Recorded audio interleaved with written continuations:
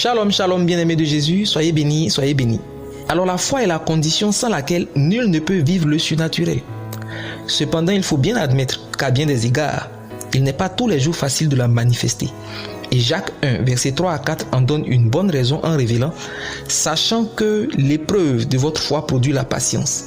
Mais il faut que la patience accomplisse parfaitement son œuvre afin que vous soyez parfaits et accomplis sans faillir en rien. » Au-delà de révéler une difficulté à l'exercice de la foi, ce texte montre bien plus comment comprendre les mécanismes et le fonctionnement de la foi au travers de la production de la patience et l'œuvre de la patience en nous.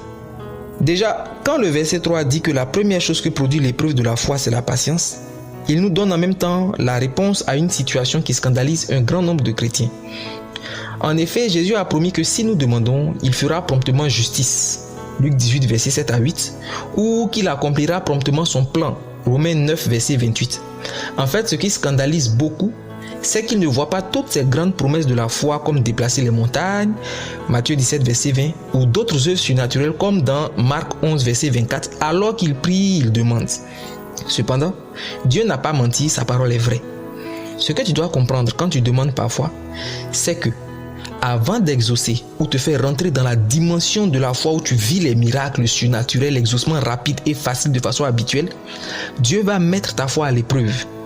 L'exaucement traîne donc, non pas parce que Dieu ne veut pas donner ou qu'il y a un problème, mais parce que Dieu met d'abord ta foi à l'épreuve. C'est pourquoi cette épreuve produit la patience qui elle-même implique d'attendre. Tu dois d'abord regarder comme s'il ne se passait rien. Parfois même, tu n'es même pas exaucé, en apparence bien sûr. Tu pries pour les malades, aucune guérison. Tu demandes d'entendre Dieu ou les dons spirituels, mais aucune réponse. Mais ta prière n'est pas vaine.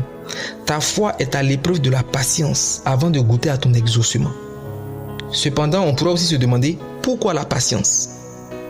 C'est parce que la patience va bien plus loin que la simple capacité d'attendre. En effet, au verset 4, il est dit que la patience doit nous rendre parfaits, mais parfaits en tout. La patience travaille dans un ensemble de choses qui ne sont pas obligatoirement en lien direct avec ce que tu demandes. Toi, tu pries pour une chose ou pour certaines choses, mais la patience travaille dans tout. Donc, elle touche ce qui n'est pas en rapport direct avec tes préoccupations. Autrement dit, quelqu'un n'est pas exaucé dans sa foi parce qu'il ne comprend pas que son exaucement est lié à une situation qui n'a rien à voir en apparence avec ce pourquoi il prie. Il résiste à Dieu ou il néglige, ne se rendant même pas compte que non seulement c'est une épreuve et que c'est à cause de son endurcissement là-bas que son sujet n'est pas exaucé ici. Les petites choses, les choses les plus banales peuvent être là où la patience veut te rendre parfait pour que tu sois exaucé. Mais tant que tu raisonnes et que tu es distrait, tu seras bloqué. Michal a méprisé David qui dansait devant l'âge et elle était stérile. 2 Samuel chapitre 6 verset 16.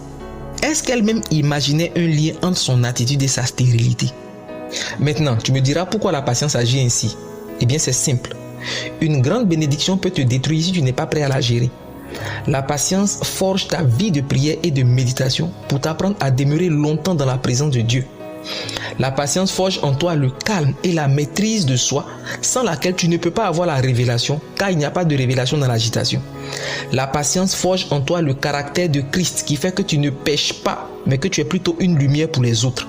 Sans ce travail, il est difficile que tu vives les choses extraordinaires de la foi. Alors ne baisse pas les bras, mais persévère juste dans la prière et sois plus attentif pour être malléable entre les mains du Seigneur ton Dieu. Alors je prie que ces paroles t'apportent consolation, révélation, orientation, toi qui les entends au nom de Jésus. Saint-Esprit, entre et travaille dans un cœur afin de le transformer en ton image au nom de Jésus. Amen. Que Dieu te bénisse.